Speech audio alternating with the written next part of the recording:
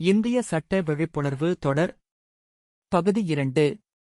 இந்திய தண்டனை சட்டம். இந்திய சட்ட விழிப்புணர்வு தொடருக்கு மீண்டும் உங்களை வரவேற்கிறோம்.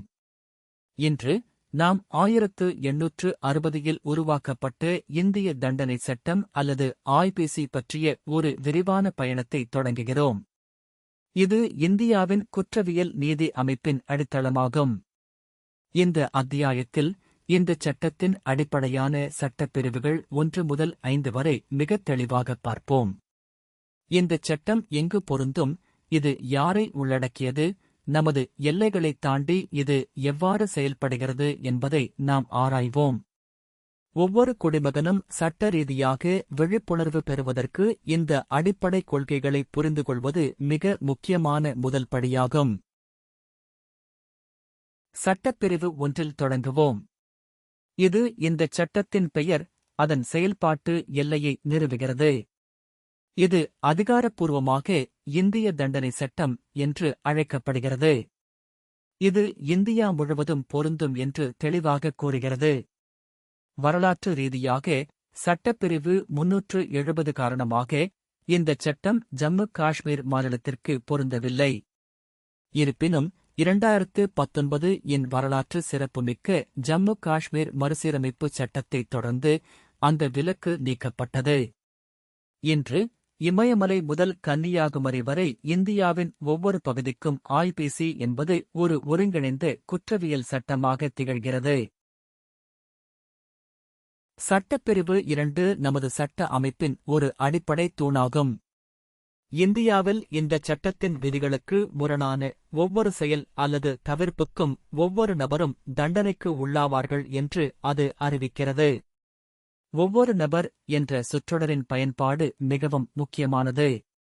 அதாவது ஐபிசி என்பது தேசியம், சாதி, மதம், அந்தஸ்தை பார்ப்பதில்லை.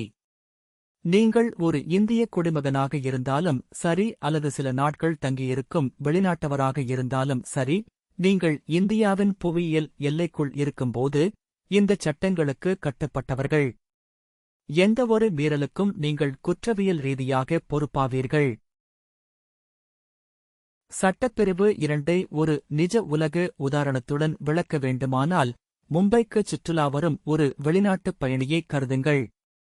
அவர் தனது விடுமுறையை அனுபவிக்கும்போது திருட்டு, மோசடி அல்லது தாக்குதல் போன்ற குற்றத்தைச் செய்தால், உள்ளூர் இந்திய சட்டங்கள் எனக்கு தெரியாது என்று கூறி அவர் தண்டனையிலிருந்து தப்பிக்க முடியாது. சட்டம் தெரியாது என்பது ஒரு சாக்குப்போக்கு அல்ல என்ற சட்டக் கொள்கை இங்கு பொருந்தும். அந்தச் செயல் இந்திய மண்ணில் நடந்ததால் அந்த வெளிநாட்டவர் கைது செய்யப்பட்டு இந்திய நீதிமன்றத்தில் விசாரிக்கப்பட்டு எந்தவொரு இந்திய குடிமகனைப் போலவே தண்டிக்கப்படுவார்.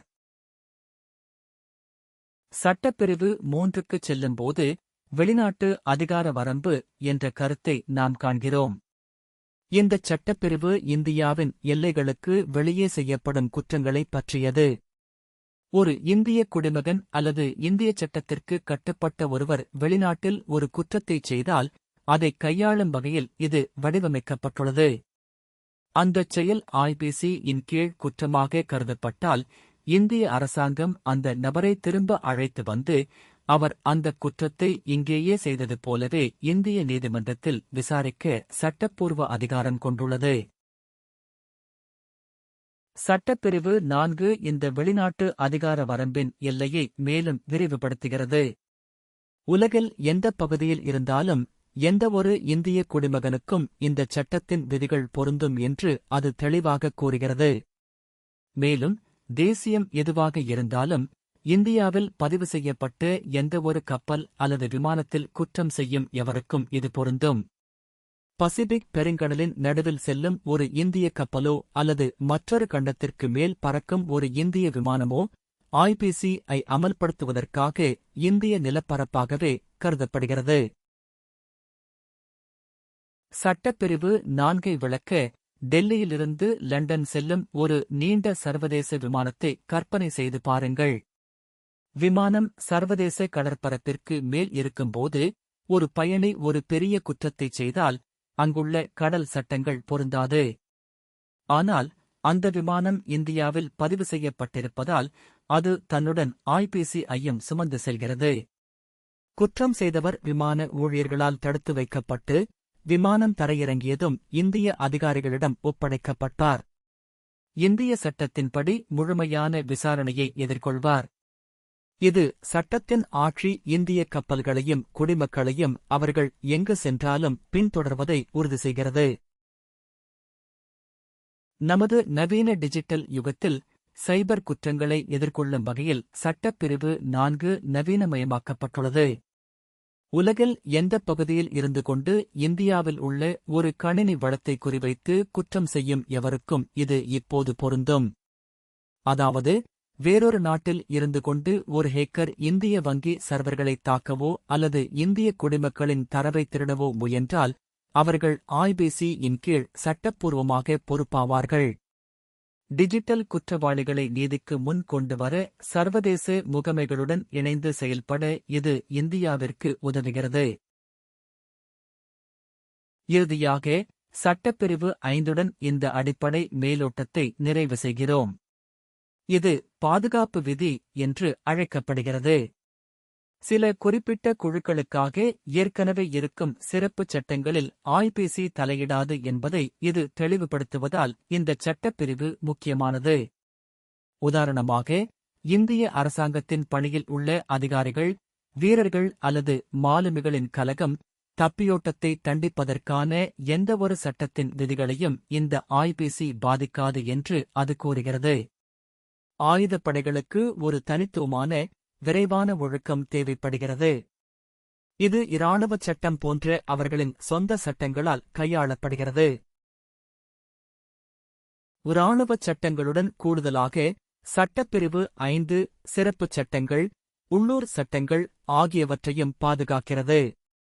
ஒரு குறிப்பிட்ட விஷயத்திற்கு பொருந்தும் சட்டம் சிறப்புச் சட்டம், உதாரணமாக பாக்சோ சட்டம். இந்தியாவின் ஒரு குறிப்பிட்ட பகுதி அல்லது மாநிலத்திற்கு மட்டும் பொருந்தும் சட்டம் உள்ளூர் சட்டம், உதாரணமாக தமிழ்நாடு மதுவிலக்கு சட்டம்.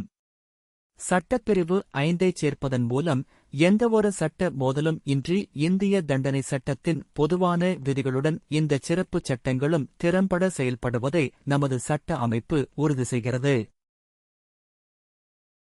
சட்டப்பிரிவுகள் 1 முதல் 5 வரை விரிவாக ஆராய்ந்ததன் மூலம் இந்திய தண்டனை சட்டத்தின் அடிப்படைகளை நாம் இப்போது அறிந்து கொண்டோம். இது நமது எல்லைக்குள் நீதிக்கான ஒரு உலகளாவிய கவசமாக எவ்வாறு செயல்படுகிறது என்பதையும், உலகம் முழுவதும் நமது குடிமக்களையும் கப்பல்களையும் எவ்வாறு பின்தொடர்கிறது என்பதையும் நாம் பார்த்தோம். சட்டத்தின் மிகவும் சிக்கலான வரையறைகள், தண்டனைகளுக்கு நாம் செல்லும்போது இந்த வலுவான அடித்தளம் அவசியமானது. இந்த விரிவான விளக்கம் உங்களுக்கு பயனுள்ளதாக இருந்திருக்கும் என்று நம்புகிறோம். அடுத்த அத்தியாயத்தில் சட்டப்பிரிவு 6, அதற்கு மேற்பட்டவற்றை ஆராய்வோம்.